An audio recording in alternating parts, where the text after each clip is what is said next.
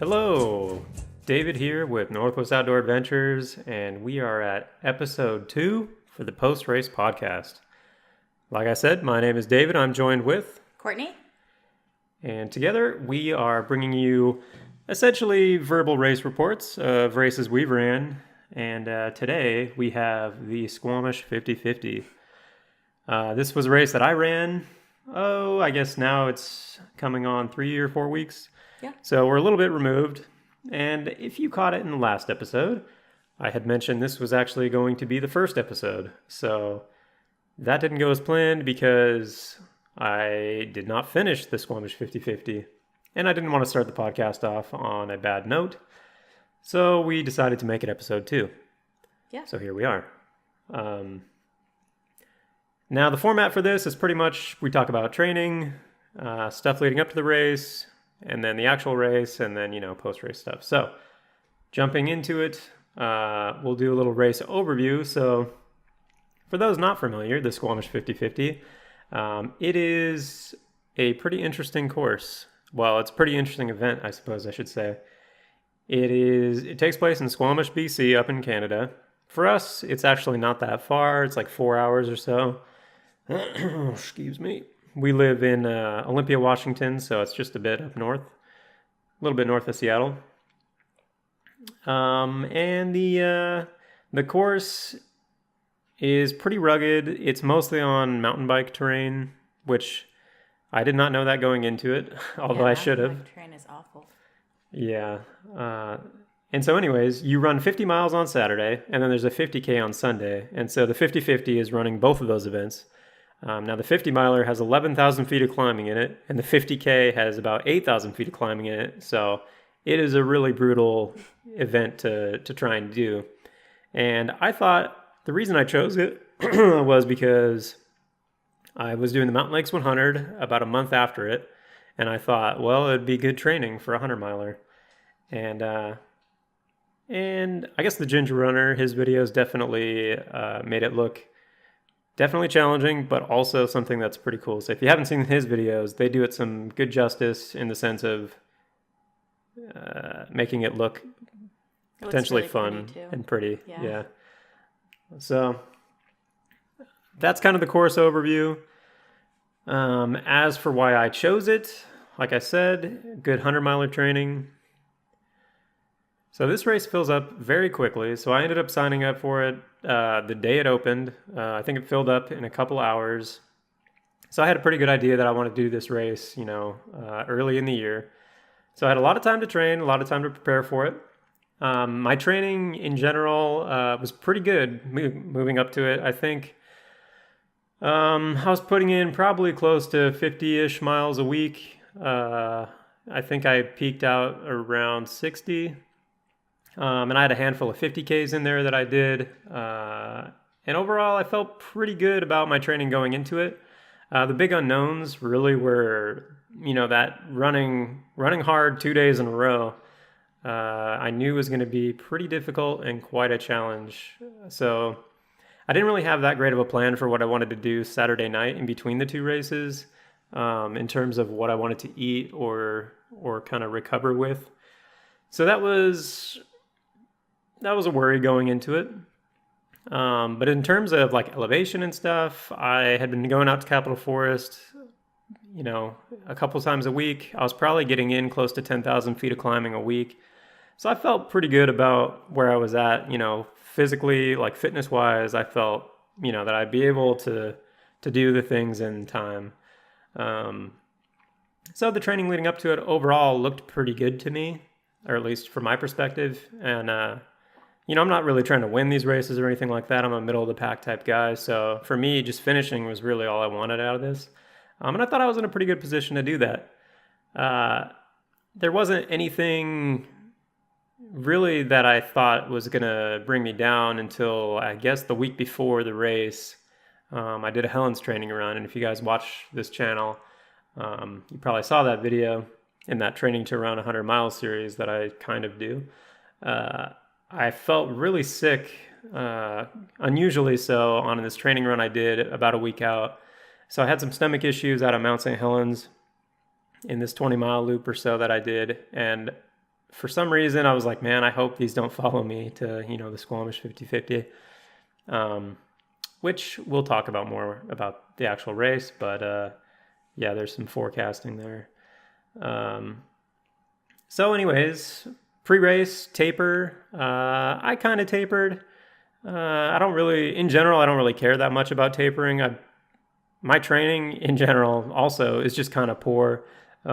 I don't really have it structured in a way that, I'm not doing, interval training or anything like that, or threshold or anything. I pretty much just go out and run to run because I like to run. And so it's usually just a good escape for me to go listen to podcasts or things like that. So normally I just go out and kind of run by feel and by enjoyment. So if I'm out there not having a good time, I'm usually like, well, I'm going back home because I don't want to do this. So, but that usually doesn't happen too often. So it kind of works out for me. Although I'm, certainly not getting the times that I could probably get if I was trying to structure my training in a way to, compete in these races. But that's fine for me. So the taper didn't really exist. I think I probably ran, 20 miles leading up to the race that week. At least I think so. I guess we can look on Strava and see if that's true. And then the race itself, we drove up to Squamish the night before. Beautiful drive. It was a really pretty drive. Beautiful area. There was definitely some smoke concerns. Oh, yeah. So we had a lot of wildfires up here in the Pacific Northwest. And that was a big issue going into it. They had emails sent out, the race directors did, about the possible concern that, there was smoke in the area. It may affect the race, although they thought it probably wouldn't. And so when we got up there, it was definitely kind of smoky. Yeah. So that was a little concerning to me, but at the same time, I didn't care too much. I figured, if other people can do it, I can probably do it. I don't have asthma or anything like that, so didn't concern me all that much. And it looked clear enough when we got up there. There was some haze, but yeah. The race itself, we had to wake up super early, I think just before 4 a.m. And the race started at 6, I believe. Mm-hmm. Or maybe even 5:30, something like that. Yeah, I think it did start at 5:30. I think you're right. And they pushed the start back 10 minutes for some reason, which was a little annoying. So we just sat around kind of in the cold waiting for an extra 10 minutes, but that was fine. And man, there was a ton of people. There were so many people. At the packet pickup and everything like that, the amount of people was very surprising to me. So I think there was over 2,000 people there for the event for that weekend, between the 50 miler, the 50K, and I think the 25K. And then I think there's a kids run or something like that. And so that was probably the biggest race we have been to. That was by far the biggest race I've ever seen. Yeah, there was a ton of people there. And it was cool because, with that size, it brings out some elites. So we got to see Courtney DeWalter, which was cool. And Gary. And Gary, of course. So Gary Robbins is the race director, co-race director. And it was cool. So Solomon puts on like a trail running festival type thing, I think, or at least it's sponsored by Solomon, along with a bunch of other sponsors, Nestor's Market and stuff like that. So that was one thing. That was the first thing that kind of caught me off guard, was just how many people were there. It was insane. There was no parking anywhere for every spot you went. Yeah, anywhere, even, the night before the race, even it was super crowded, tons of people there. So it was cool in some sense, but at the same time, it was a little overwhelming with the amount of people there. So getting into the race itself, I felt pretty good the morning of. I don't really remember what I ate in the morning. I think I ate half a cinnamon roll and maybe like half of a candy bar or something like that. And so we sat around at the race start for a bit, waiting for it to go. And then, the gun goes off. And with that amount of people, I kid you not, I think if you look at my Strava times, that first mile, there was stagnant. stagnant lines of people just waiting to start, even though the gun had already went off. It was similar to a road race in the sense where, they should have probably done it in waves. So the first half mile or quarter mile, it was just a mix between walking and stopping and waiting for people to go, which was kind of lame. So a lot of the problems I had with this race, I think, were due to perception, my personal perception, and we'll talk more about that as we go through this. But that was definitely the first kind of like, man, this is not as fun as I wanted it to be, with all of these people. And a lot of people kind of have a bad attitude about it. And, I did too, to be honest. But, there's a lot of people just kind of making sarcastic comments and, like, oh, I didn't pay to walk a race like this and stuff like that. And, yeah, so it kind of got the race off on the wrong foot for me right away, which was a little annoying. But again, that was my own perception, not realizing that this race was that big. And it didn't bother me too much. So, once we got out of there and, into like mile 2 and 3, it got a little bit better. But anytime we went on single track, especially for those first like 5 or 6 miles, which is largely out in neighborhoods and on the road, but it does cut on some very small, tight single track a couple times. And it's just the same thing where you stop and go, stop and go. So it was a little bit of a bummer because those first 5 to 6 miles, you should be going fast or fast. You could probably, for me, who normally runs, my easy runs, on pavement around the house, around like an 8-minute mile. That's kind of what I was hoping I would do for those first 5 or 6 miles and bank some time, because it is basically like running on the road. And I think my pace was close to 12 or 13 minutes just because I was stopping and waiting for people so much. So that was a little bit of a bummer, but maybe a good thing because it held back some energy that maybe I was going to waste. I don't know. And so that's kind of how that first 5 miles went to that first aid station. It was just kind of, getting the nerves out and waiting for people and going and kind of trying to get ahead of people. And I pretty much just ran right through that first aid station because I didn't care. And there were so many people at that first aid station, it would have taken me probably 5 minutes to even get like a chunk of banana or something like that. And how far was that? What was the distance for that aid station? Like 5 miles.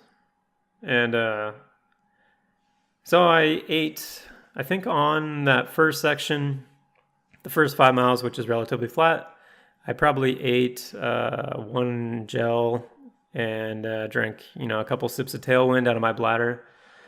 So I carried a 1.5 liter bladder filled with like 4.5 scoops of Tailwind, which was about 500 calories.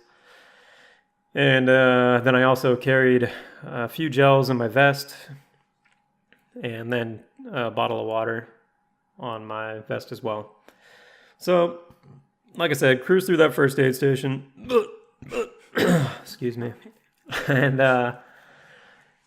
then that second section is where you actually get onto trails, and there's some climbing. And I think it's close to 1,500, maybe 2,000 feet of climbing there, if I recall. And it's a little gnarly, but, it's early in the race, and you have all this energy. So I probably went a little bit faster than I should have on that first section. And I was trying to dodge around people and get in front of people because it was clear to me, or so I thought, that I was in the back of the pack, and I didn't want to be because there was people already walking in the first, 10 miles. And normally I don't really like to walk that early in a race. And so I was stuck behind a lot of people just kind of taking it easy. And I wanted to be more towards the middle of the pack or even the back of the middle of the pack. And so I'd try to shoot around people when I could.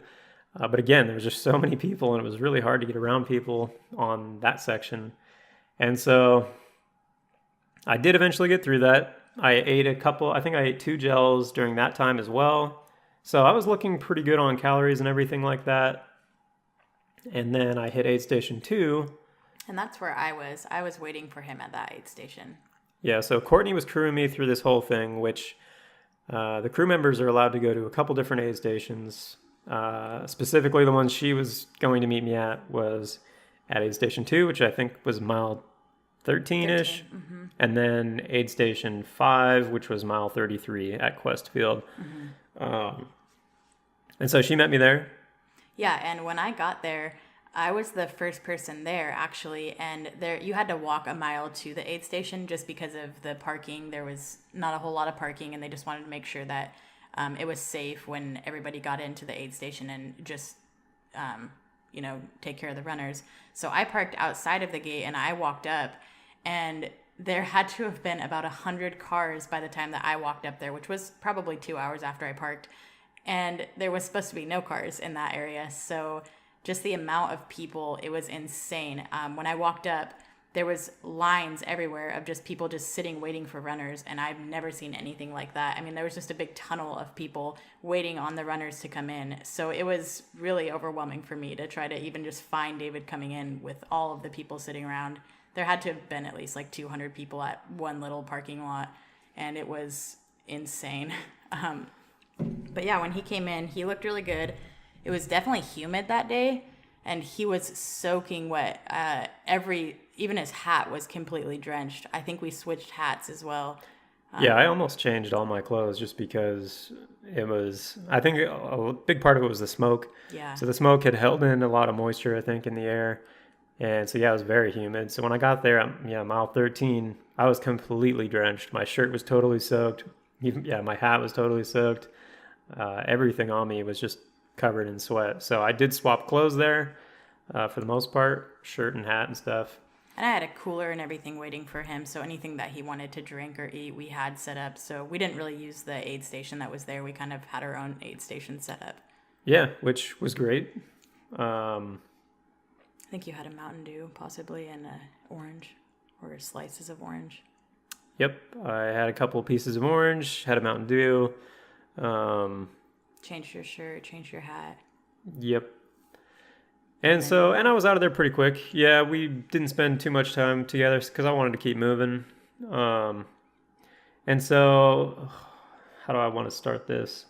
I'll preface this next section by saying I'm going to be shit-talking the race a lot. And I don't mean it to be that way because a lot of it is my own fault for not realizing a lot of these things before the race. Because that information could have easily been found. And, when you reach lows in a race, you tend to pity yourself and kind of just complain and stuff like that. So part of it is definitely that.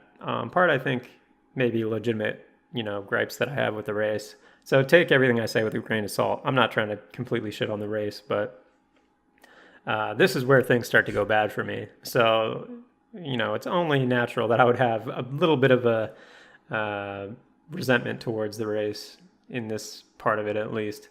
So the next bit doesn't go too well for me, really. So I start hitting the real trails and everything, and I quickly realize it's like, oh man, this whole thing is pretty much Forest Service roads and mountain bike trails, which is okay, but I didn't realize that quite when I was going into it, that I was just going to be running on mountain bike trails all day, which I'd run on a lot out here in Capitol Forest. Yeah. So it's not like I'm not used to them, but I don't like running on them if I don't have to. It's kind of just because they're usually rutted out and, you're running on like wooden bridges and things like that, like really tight wooden bridges. And the area has a lot of roots and rocks, so it is technical. It's not really that fun to run on, for me at least, because like I said, I do a lot of that, on my day-to-day anyways. And so I was starting to not be super stoked about that, which, that's my own fault. It's not the race's fault. And then I get through to the next aid station, and this is where I learned that it is a cupless race, which yeah, the cupless. I did not know that, and I swear it's not posted on their website anywhere. If you go to the website and look at their FAQ and everything like that, you can Control F and type in cup, and it won't come up, or at least it didn't, when I was doing this. I do remember too, it wasn't just David, there was a lot of runners actually at that second aid station who had no idea it was cupless, and they were actually really upset as well. So that's something that's hard when you're running and you have no idea. So yeah, it's demoralizing for sure. So I hit that aid station and I was feeling okay at the next one, which I guess was mile Let me see here. 20? Yeah, it was kind of close to 20. It's probably like 18 or something like that. 27K. And so I hit that one, which you hit that one twice. And the first time around, like I said, I found out that it's cupless. So they had some Coke there, and I'm like, oh great, can I get some of that Coke? And they are like, where's your cup? Or what do you want me to pour it in? And I just had one water bottle that was just water, and I didn't want to like dump it out and then try to put a little bit of Coke in it and then have a Coke aftertaste the whole day. So I was like, well, you don't have anything that I can drink out of? Like, this is a cupless race? And she's like, oh yeah, it's cupless. And I was like, dang, okay, well, whatever. Like, I'll just drink water for now. And so I kept going, and I started to feel a little bit nauseous and not too good, which was pretty much exactly how I felt at Helen's. And I was like, ah, shit, like this is coming up again. I really don't want to deal with this all day, this early in the race. I'm not even at the halfway point, and I'm already starting to feel nauseous. And so you go on this big loop, which whatever, I think is like 6 or 7 miles, until you get back to that same aid station. And this time, again, I ask again, I'm like, is there anything that you can put the Coke in or whatever? Because I'm really not feeling too good, and I don't want to eat these gels, and I don't really have anything else to eat. And I tried to eat an orange at the aid station too, but it was cut up really poorly and it just tasted gross. And so they did give me a little bit of Coke in basically a cap. It was like the smallest drink you could get, and I drank it. I mean, it's just like the tiniest little sip, and I was like, whatever, And so I just kept going, and so I was really bummed that. And so what sucks is this next part is Galactic Scheisse, which is arguably the hardest part of the race. I think it's like 2,500 feet of climbing and like a couple miles. So it's really steep, really. It's supposedly the hardest part of the race. And so I had a bad mood before I even went into that section, and I was feeling nauseous, didn't feel good. I hadn't eaten really since I saw Courtney, aside from like a bite of an orange and a sip of Coke. And so, now we're talking well over 10 miles without eating or really drinking too much. And a big climb. And a huge climb coming up that had bees on it. So it sectioned off, of course, a part of it because of the bees' nests, which luckily I didn't get stung. But so I start going up the climb, and I think it was like maybe a quarter mile up it. I was like positive I'm not doing the 50K tomorrow. I remember thinking that to myself. I'm like, I'm not doing the 50K tomorrow because it's this exact same course. It's on the pretty much exact same path. And I'm like, man, I don't want to run on mountain bike trails again. This same stuff that it's not even technically that difficult, at least for me, for what I was, how I'd been training was very similar to those trails. But I was just like, man, I don't want to do this. Like, this isn't fun. I'm not having a good time. I feel horrible. And I think the smoke was a lot worse the next day. Well, I didn't know that going in, but I'm going up this hill and I'm just like, done. I'm like, I'm not doing the 50K tomorrow. I remember telling myself that. Definitely not doing that. And so I'm like, well, let's just get through the 50 miler and then, whatever, go home. And so I'm going up, and I mean, I don't think I've done this on a race before where I took a break. Like, I stopped and just like knelt over and was just trying to breathe and not throw up.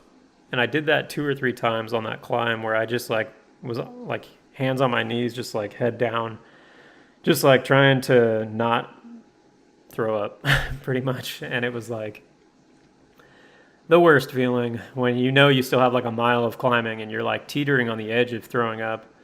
And in hindsight, I should have just thrown up. Probably I should have just pulled the trigger and made myself throw up, and then started eating again, because now we're talking multiple hours where I hadn't eaten and I was barely drinking, and I was just feeling really, really bad. And so I get to the top of Galactic Scheisse, and I still felt bad. I was like, man, there wasn't even like you get to the top of the hill and you feel some sort of redemption. You're like, all right, second win, let's do this. It was just like, I feel horrible and I still feel horrible. And so I rode that down the other side of Galactic, which is just like the same type of terrain, but downhill. A lot of mountain bike stuff too, a lot of mountain bike obstacles and things like that. And I was really hoping that by the time I got to the next aid station, which is kind of a smaller aid station, that I'd start to feel a little bit better. And I was really hoping they would have something to put Coke in or whatever. And I get there, and of course they don't. And they're shaking up the Coke, which was really weird to me. I've never seen that before, and it grossed me out. But maybe that's something that people do, and I just have never known. But they were just literally shaking the cola up. Yeah, the 2-liter bottles up. They were just shaking them and then pouring them out. It was like, I've never seen that before, and that seems gross to me. And I don't want to drink that anyways. So there I was, whatever it was, mile like 28 or something like that, or 29 at that aid station, just having a pity party. And at that point, I'm like, man, when I get to Courtney at mile 33, I don't know what I'm going to do. I guess I'm just going to try and wait until I feel better. And if I don't, then I'm just going to drop because I'm having a bad time. I'm not feeling good, and what's the point? And I kept going for, the whatever, 4 miles, 3 miles. I think it's actually 3. So it's like a 5K from that point to the next aid station at mile 33. And I meet up with Courtney. And this is a big aid station, tons of crew there, tons of people. And I check in, and then I go sit down with Courtney. And I tell her, I'm like, listen, I don't feel good. I'm probably going to drop. I'm going to sit here for a while. I don't want to talk about it. I'm going to see if I can feel a little bit better. I haven't eaten or drank in at that point, almost 20 miles. And I'm like, let's just sit here, let my stomach settle, and see where we are. And so we did that. Well, and for me, that aid station, so I got to that aid station probably 7 hours before he ended up coming in. Because all I did was, as soon as I got done at aid station 2, I drove directly to aid station 5. And there were so many people, and that's where everybody else was going. So I wanted to make sure I got there at a good timing. So I got a really good parking spot. I sat there, probably slept in my car for about an hour, and I had planned to go up and meet him up at the college. And when I went to roll my window up, my car battery had died. So I was really worried about my car, and I was worried about David, and I was worried about not being able to give him the support I needed because we weren't going to have a car. So I was trying to call everywhere to get a battery for my car, trying to get people to jump me. Finally, after like an hour and a half, some nice guy ended up jumping my car. It was good to go. And I went to go get a battery. And at that point, I realized, this is cutting it too close. I need to be here to support him. So I'm just going to turn around, get that spot back, and just wait. And when I turned back around, that spot was already gone. I had to try to find another parking spot, which took me about 30 more minutes. And this was another kind of walk-in spot. The closest that you were to the college was about 0.25 miles. And if you had a cooler or anything that you had to carry, it was a bit of a climb too. So I tried to get a close spot so I could, help out with the cooler and bring a chair for him. And that didn't happen. So I did end up carrying a baby cooler that we had. And then I did bring the chair, but then I ended up bringing it back to the car. So that was a really stressful time for me. I was stressed out about David. I knew he was having a hard time. I was stressed out about all the people. They weren't very nice. And then a lot of the people running the race as well, it seemed like they were just really not having a good day, or I don't know. It just was the stress of the people, I think, was getting to everybody. So I sat up there for about 2.5 hours waiting for him and just stressing because, he hadn't come in yet, and I was seeing other runners come in, and I was just worried because I hadn't really heard from him, and my phone wasn't working the best. So it was a really stressful time for me. So I can't imagine how he was feeling, just not feeling the best, and having stomach issues is the worst. So yeah, I was definitely stressed when he came in. Yeah, and so I did come in. Like I said, we sat for a while, and eventually, we probably sat for like 45, almost an hour. Yeah, and in that time, I packed up his pack for him. I switched out all his gear. We switched his shirt. We tried to get, things going, tried to get him rolling on, but we didn't want to talk about him quitting or anything like that. We just kind of sat and tried to get him to eat, tried to get him to drink, kind of enjoyed the scenery. Yeah, and yeah, after about an hour, I was like, look, I'm done. Like at this point, I still feel sick, and I was way past the time I wanted to be anyway. So I think I got in there. I mean, really, it was close to 7 hours. I think it was like right around 7 hours at that point. And when we quit, I think it was like 8. I was at 8 hours or something like that. So I had waited for almost an hour to get my stomach right. And it didn't happen. So I was like, whatever. Like, let's just call it a day. I'd already, mentally decided that I wasn't going to do the 50K anyways. And then, I was at mile 33 and I was like, do I really want to death march my way to a 50-mile finish here when I'm having such a bad day and I'm just over everything? And the answer to that was no, I don't. So I quit at that point, mile 33 or whatever. And that was that. We went back to our cabin that we had, and we ordered pizza. Yeah, we got pizza, which kind of sucked. It was not good. It wasn't that good a pizza, which was a bummer. Well, it was already like pre-cooked, and then they just warmed it up. So it was not the best, probably not the best choice for us to get that, but. Yeah, so I guess to wrap up the race, a lot of the problem I had with the race, like I said, was perception. My perception going in. So, had I known it was cupless, that would have helped a lot. I still think they should post something that says that. Perhaps in Canada every race is cupless, but that's not really the case. I haven't ran a race before where they didn't list it as a cupless race when it was cupless, but I'm saying the word cupless way too often now, so I'm closing that chapter of this. I'm angry about that, but at the same point, I don't mind, and I think races should be cupless. I'm all for them being cupless. It's just, it's nice to know that going into it. And then, the amount of people out there was definitely a little overwhelming for me, but at the same time, again, that's just my own perception, not knowing. I think it should be limited, or they should definitely have it staggered, because it's even hard for the crew. I had a really hard time trying to find parking anywhere, and I imagine other crew had the same problem. If you were I couldn't even leave to get lunch. I wanted to go get Subway, which was it was probably 2 minutes away from the college, and I couldn't leave because I was fearful I would come back without a spot. So I mean, if you have any plans that day to do anything else besides crew your runner, or if you need to go shopping, well, I mean, yeah, of course. But if you have kids, there were so many people there with kids, which was insane to me because I was stressed out on my own.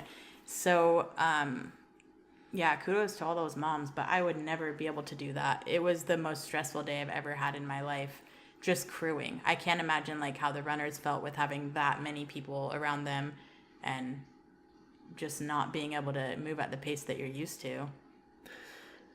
Yeah, I don't really care about that. I think that's fine. Like, if that's just part of the race. I do think it would be cooler if they did reduce the number of entries available and just doubled the price. I would still have paid for it to do it, and I'd happily pay double to have half the people on the course. But that's the race director's, prerogative to do whatever they can with the permits they have. So I don't really mind that aspect too much. It just would have been nice knowing beforehand, which again is on me for not knowing. But that played into, my bad day. So my own preparation could have been better, knowing how this race is. And I'd watched videos on it, so I should have known. Well, I think the videos make it look charming. And yeah, the videos glamorize it a bit, but, whatever. So do mine, I suppose, for the races I do. So I should have known. And then, the race itself, it was organized very well. I'll say that. Organized very well. It was course marked extremely well. I don't see how anyone could ever get lost on that, at least the sections that I did. There were flags like every 10 feet, I swear. So they did an excellent job course marking.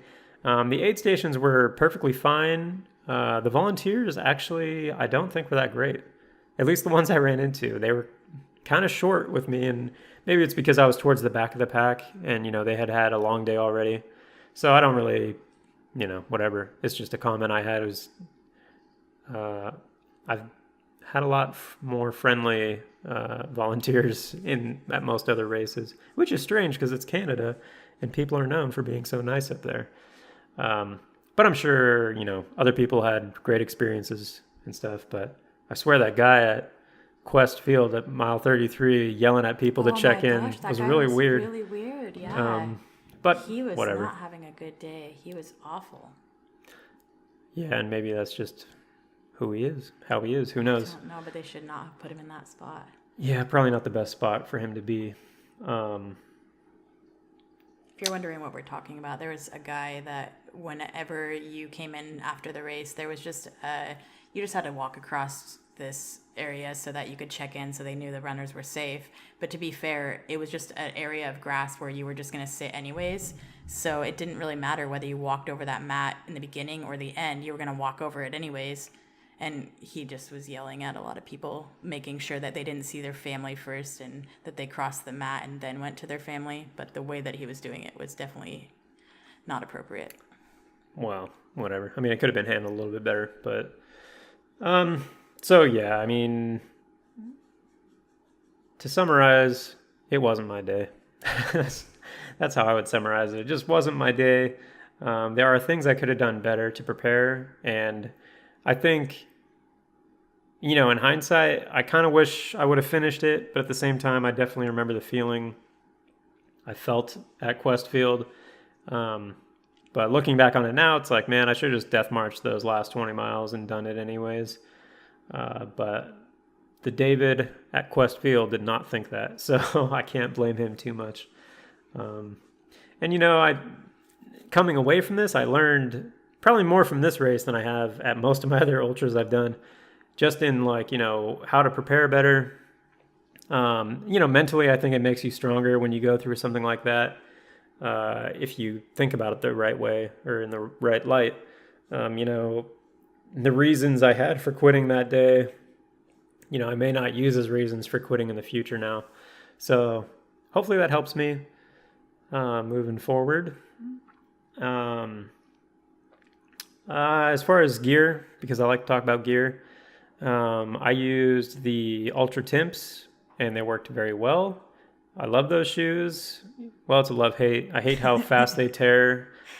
Their durability sucks ass, but they are really good fitting shoes for me. They just fit my feet perfectly, and they feel really great. I don't think I've ever had a blister in them, but they tear after 100 miles, and Ultra's customer support kind of sucks.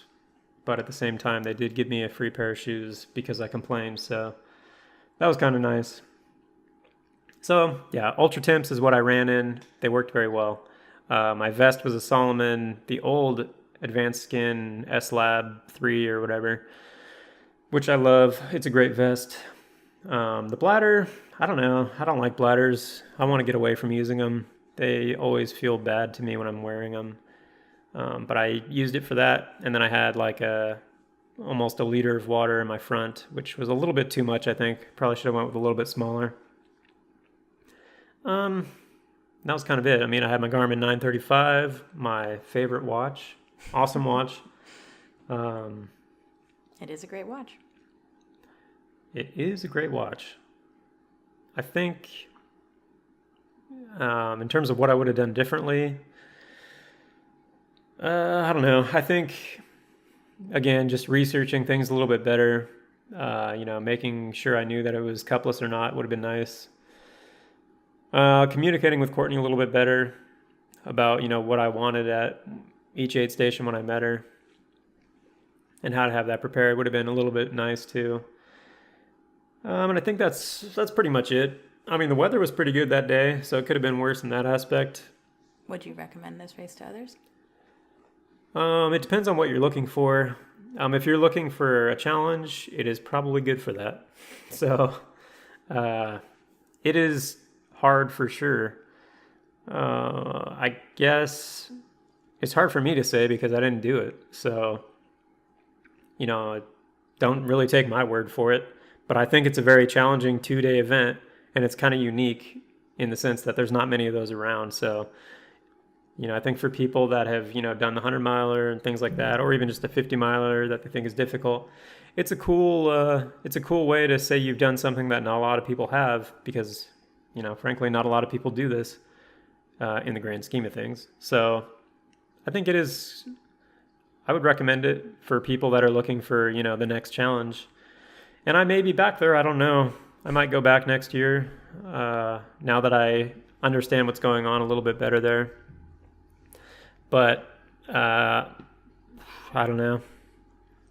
We'll see. But maybe I'll do it. Maybe you will. I don't know. I don't know if I'd recommend it for you. But yeah.